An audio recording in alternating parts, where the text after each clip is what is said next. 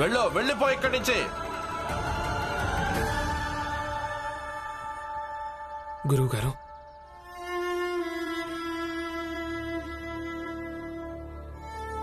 నేను మీ ఎదురుగా కూర్చుని చదువుకోలేను. తరగతి బయట నిలబడి కూడా చదువుకునే అవకాశం లేదు. కనీసం వినిపించింది కూడా చదువుకోలేను. ఎందుకలా గురువుగారు? ఎందుకంటే ఈ సంస్కృతం దేవతల యొక్క భాష. నీకు సంస్కృతం మాట్లాడే అర్హత కూడా లేదు. వెళ్ళిపో ఇక్కడి నుంచే.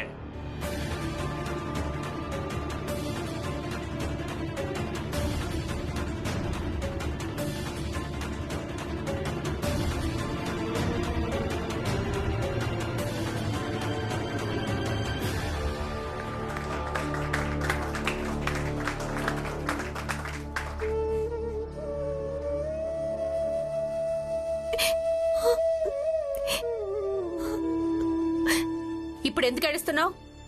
లోపలికి పద.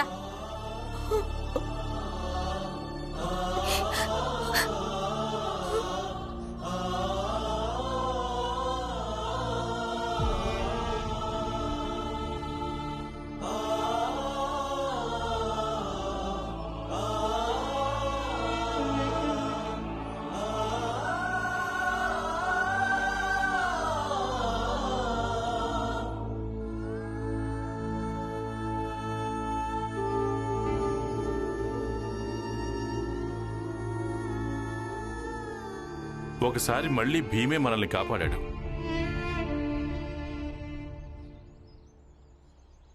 గడుస్తున్న కొద్దీ ప్రతి సమస్యలో నేను భీమ్ వైపు చూడడం మొదలు పెడుతున్నాను.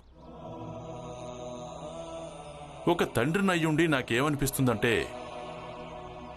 నా చివరి ఆశ భీమేనని.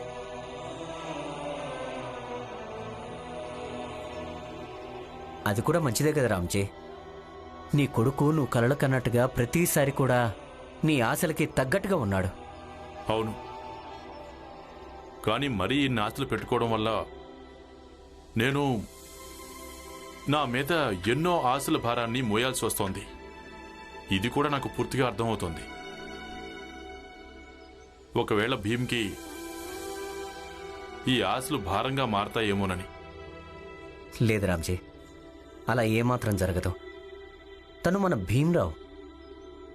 అయినా నీకు తెలిసిందే కదా, సతారాలో తను జనాల ముందు ఎలా ఒక్కడే నిలబడేవాడో.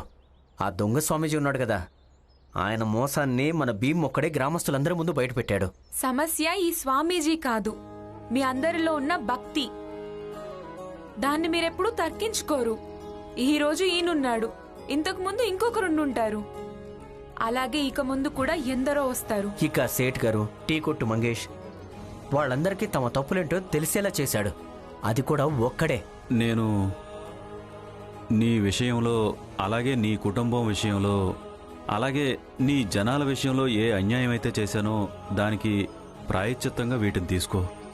అలా చూస్తే నాకు కనిపించట్లేదు. సతారాలో కన్నా మనకిక్కడే ఎక్కువ శత్రువులు ఉన్నట్టు.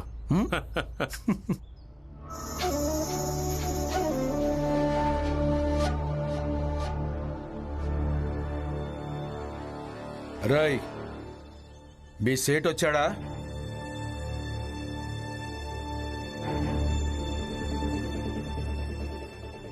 ఆ సేటు గారు వచ్చారు. ఆయన తన ఆఫీస్లో కూర్చున్నాడు, రండి.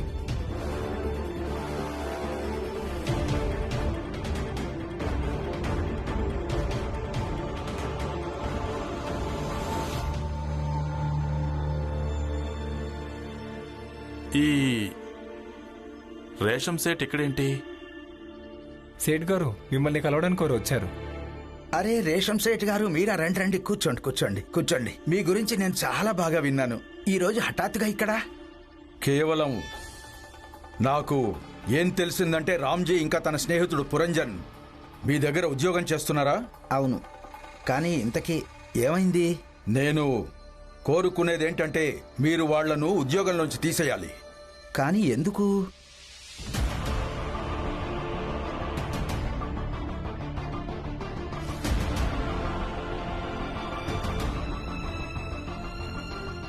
ఒకవేళ మీరందరూ ఇక్కడ ఉండాలి అనుకుంటే భీమ్రావును అలాగే తన కుటుంబాన్ని ఇక్కడి నుంచి గెంటేయండి.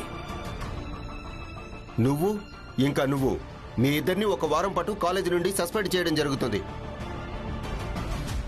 మేమింకెక్కడికో వెళ్ళిపోం. మీరు మమ్మల్ని వెళ్ళగొట్టిన అదే ఇంటికి ఇప్పుడు మేమందరం మళ్ళీ తిరిగి వెళ్ళిపోతాం. గవర్నర్ గారి ఆదేశానుసారం వీళ్ళు ఏ ఇంట్లో ఉంటున్నారో అక్కడే ఉంటారు. అలాగే ఎవరైనా వీళ్ళని వెళ్ళగొట్టడానికి ప్రయత్నం చేస్తే వాళ్ళ మీద చర్యలు తీసుకుంటారు. అందుకే నా కోరిక ఏంటంటే వాళ్ళను ఉద్యోగం నుంచి తీసేయాలి మీరు. ఎందుకంటే ఇంటి అద్దె వాళ్ళు కట్టలేరు. ఆ తరువాత గవర్నర్ గారు కూడా వాళ్లకు సహాయం చెయ్యలేడు. కానీ అద్దె కట్టకుండా ఉండటం కోసం ఉద్యోగంలోంచి తీసేయడం ఎందుకు? ఇంకా చాలా పద్ధతులున్నాయి. ఏంటవి? మీరే చూడండి.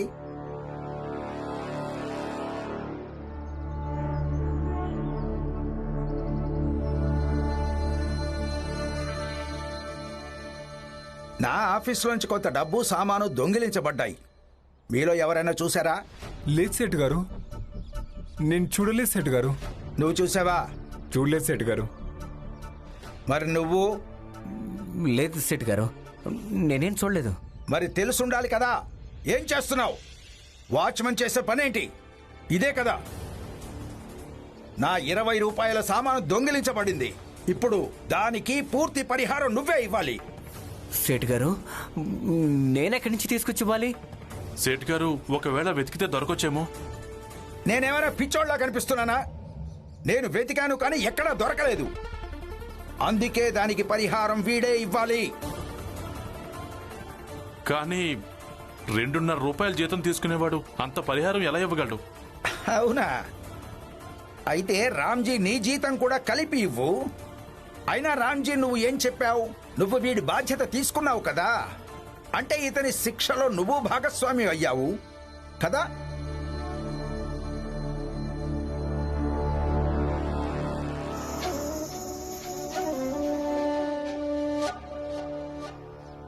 బాగుంది.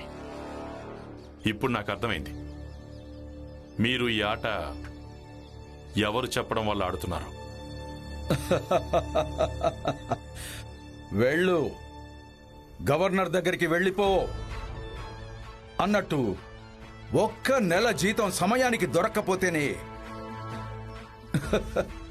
మరి ఆ ఇంట్లో ఎలా ఉంటావు? ఇప్పుడు విషయం ఏంటంటే నా పెద్ద జాతి యొక్క ఆత్మాభిమానానికి సంబంధించినది. నిన్ను మాత్రం అంత తేలిగ్గా వదిలిపెట్టను.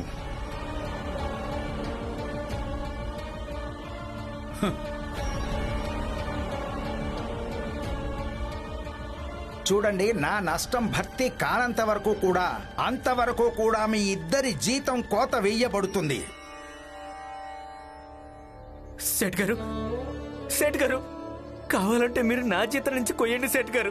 కానీ దయచేసి రామ్జీ జీతం నుంచి మాత్రం కొయ్యకండి. రామ్జీ నన్ను ఇక్కడ పనిలో పెట్టించాడు. నేను రామ్జీకి ఇంకా సమస్యగా మారదలుచుకోలేదు.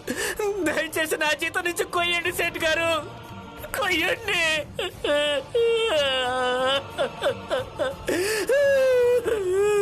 లే లే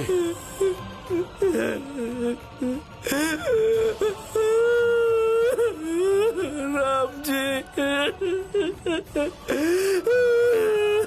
రామ్జీ, నన్ను క్షమించు రామ్జీ, నన్ను క్షమించు. నా కారణంగానే నువ్వు ఇంకొక కష్టాన్ని నెత్తినేసుకోవాల్సి వస్తుంది.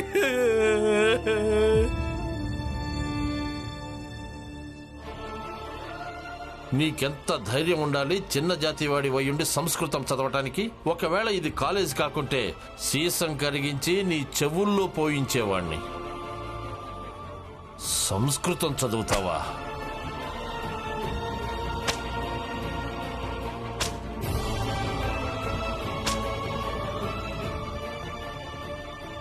ఈ రోజు కాలేజ్లో నా విషయంలో ఏం జరిగిందో అది ఇంట్లో ఎవరికీ తెలియడానికి వీల్లేదు. తెలిసిందంటే అందరూ చాలా ఆందోళన పడతారు.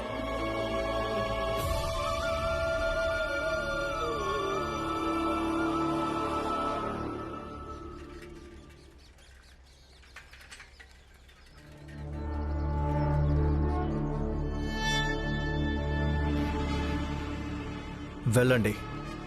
ఆ వ్యక్తిని ఎంతగా కొట్టాలంటే పైకి లేవకూడదు. సంపాదించేవాడు ఒక రామ్జీ ఉన్నాడు. తన సంగతి కూడా బాబాయ్ చూసుకొని ఉంటాడు. మిగిలింది వీడి సంగతి కూడా ఇప్పుడే చూడండి. ఎందుకంటే వీడు కూడా సంపాదించకూడదు. వెళ్ళండి.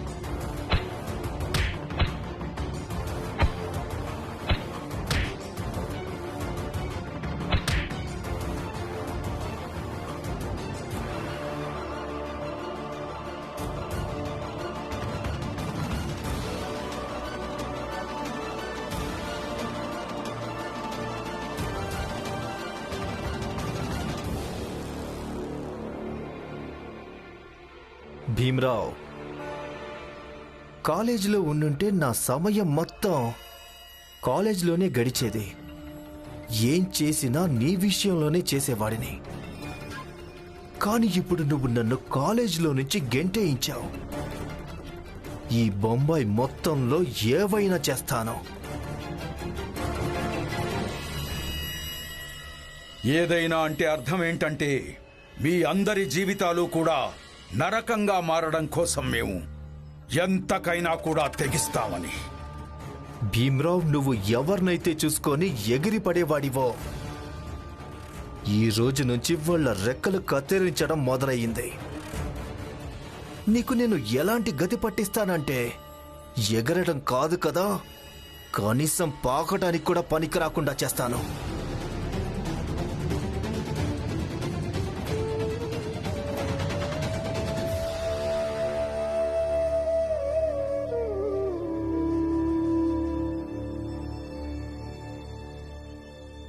ఏంటి భీమ్రావ్, ఈరోజు కాలేజీలో అందరికి నాయకుడు అయిపోయి ఉంటావు, అవునా?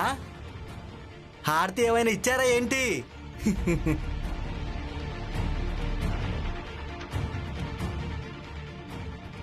అవును, హారతి ఖచ్చితంగా ఇచ్చే ఉంటారు. గవర్నర్ గారంటే అంత గొప్ప వ్యక్తి. ఆయన్ని కలిసొచ్చాడంటే అదేమైనా సాధారణ విషయమా? ఏమంటావు? ఖచ్చితంగా అలాగే చేసుంటారు. అసలు కాలేజ్ ప్రిన్సిపల్ కూడా ఎప్పుడు గవర్నర్ని కలిసి ఉండడు. కానీ ఈ భీమ్రావ్ ఆయనతో కలిసి చాయ్ తాగొచ్చాడు. చాలా గొప్ప విషయం. భీమన్నయ్య, మీరు ఒక సమస్యకు పరిష్కారం చెప్పండి. ఏమైంది? ఈరోజు పొద్దున్న మన ఇంటికి ఒక జ్యోతిష్యుడు వచ్చాడు. ఆయన సంస్కృతంలో ఏవో మంత్రాలు చదివాడు. అవి వింటే నాకు మంచిగా అనిపించింది. స్కూల్కెళ్ళి సంస్కృతం చెప్పే గురుగారితో అన్నాను, నాకు సంస్కృతం నేర్పించండి అని. ఆయన నన్ను వెళ్ళగొట్టాడు. ఏమన్నాడంటే, నీకు సంస్కృతం నేర్చుకోవడానికి యోగ్యత లేదని, నీ జాతి సంస్కృతం నేర్చుకోవడానికి వీల్లేదన్నాడు. ప్రపంచంలోని అన్నిటికంటే శుద్ధమైన భాషను ప్రపంచంలోనూ అందరికంటే అశుద్ధమైన వ్యక్తి మాట్లాడితే అది పాపం.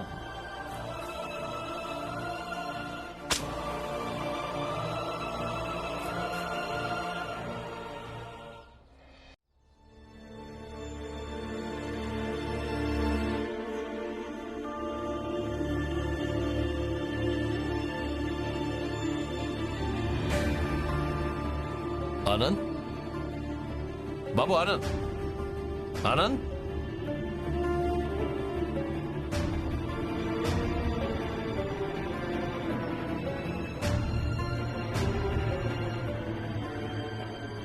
ఆనంద్,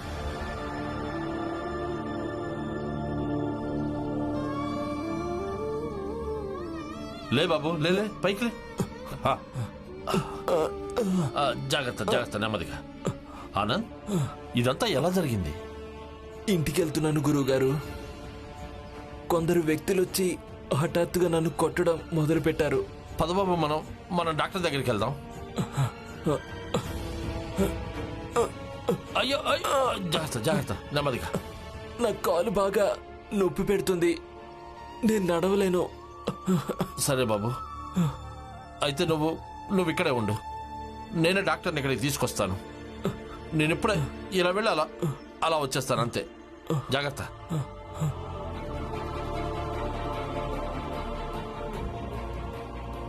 ఇప్పుడు నేనేం చేయాలన్నయ్య? చిన్నప్పటి నుంచి నేను కూడా ఇదే తెలుసుకునే ప్రయత్నం చేస్తున్నాను. ఏదైనా విద్యను చదవడానికి, యోగ్యుడవడానికి ఏం సంబంధం ఉందని. సర్లే, పరిష్కారం దొరికిందంటే నీకు తప్పకుండా చెప్తాను, సరేనా? కానీ అంతవరకు సంస్కృతం చదవాలన్న కోరికను చావనివ్వద్దు. వెళ్ళి ఏదైనా పని పాట నేర్చుకో. ఇలా భీమరావు మాటల్లో పడ్డావనుకో, ఎలాంటి రోజు వస్తుందంటే గవర్నర్ గారు కలుస్తారు, కానీ తిండి మాత్రం దొరకదు. అర్థమైందా? వెళ్ళి పని పాట నేర్చుకో. సంస్కృతం చదువుతాడట. అన్నట్టు ఎవరైనా భీమరావుకి చెప్పండి, ఆ జ్యోతిష్యుడు వచ్చాడు కదా, ఆయన రమాబాయికి ఏం నచ్చ చెప్పాడు.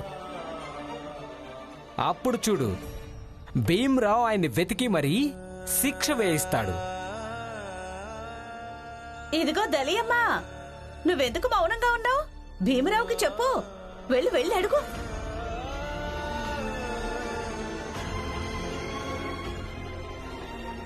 దలియా అమ్మా, ఈరోజు ఏం జరిగింది?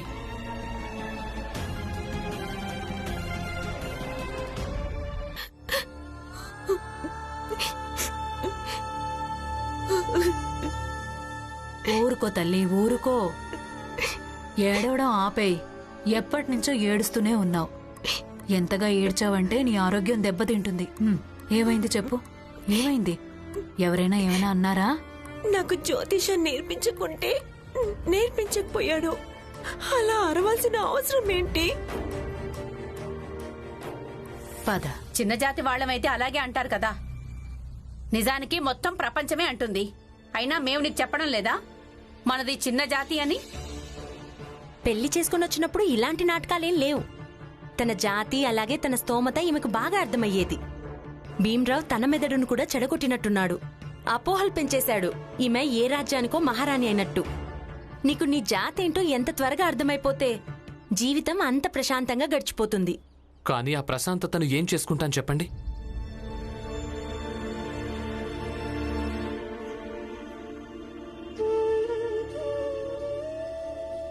అస్తిత్వం లేకుండా బతకడంలో ఏం అర్థం ఉంటుంది వదినా? ఇక రమ పెడుతున్న ఈ కన్నీళ్లను చూస్తే నాకు మంచిగా అనిపిస్తోంది.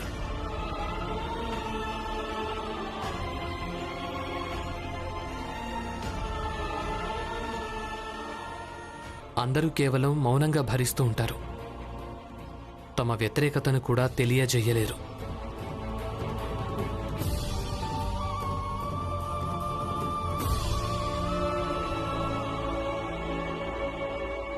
ఇప్పుడు భీమ్కి తన భార్య కన్నీళ్లు మంచిగా అనిపించడం మొదలుపెట్టాయంటే ఇక మనమేం చేయగలం? అవును రమ్మా, నువ్వు ఏడుస్తూనే ఉండు. మేము నీకెంత చెప్పినా సరే ఆయన నీకేం అర్థమే కాదు. ఇప్పుడు భర్తే స్వయంగా భార్య ఏడుస్తుంటే మంచిగా అనిపిస్తోందని అంటుంటే ఇక ఏడువు. నేనసలు ఈ రోజు వరకు ఎవరి భర్త ఇలా అంటుండగా వినలేదు. మీ ఇద్దరికి అలవాటైపోయింది కదా, రోజు రోజుకి కొంచెం విషం కక్కడం. చూస్తూ ఉండండి, ఒకరోజు ఇదే విషయం మీ ఇద్దరికి భారంగా మారుతుంది. రమా, వెళ్ళు తల్లి, లోపలికెళ్ళి చూడు. భీమ్కేమైనా కావాలేమో. వెళ్ళు వెళ్ళు.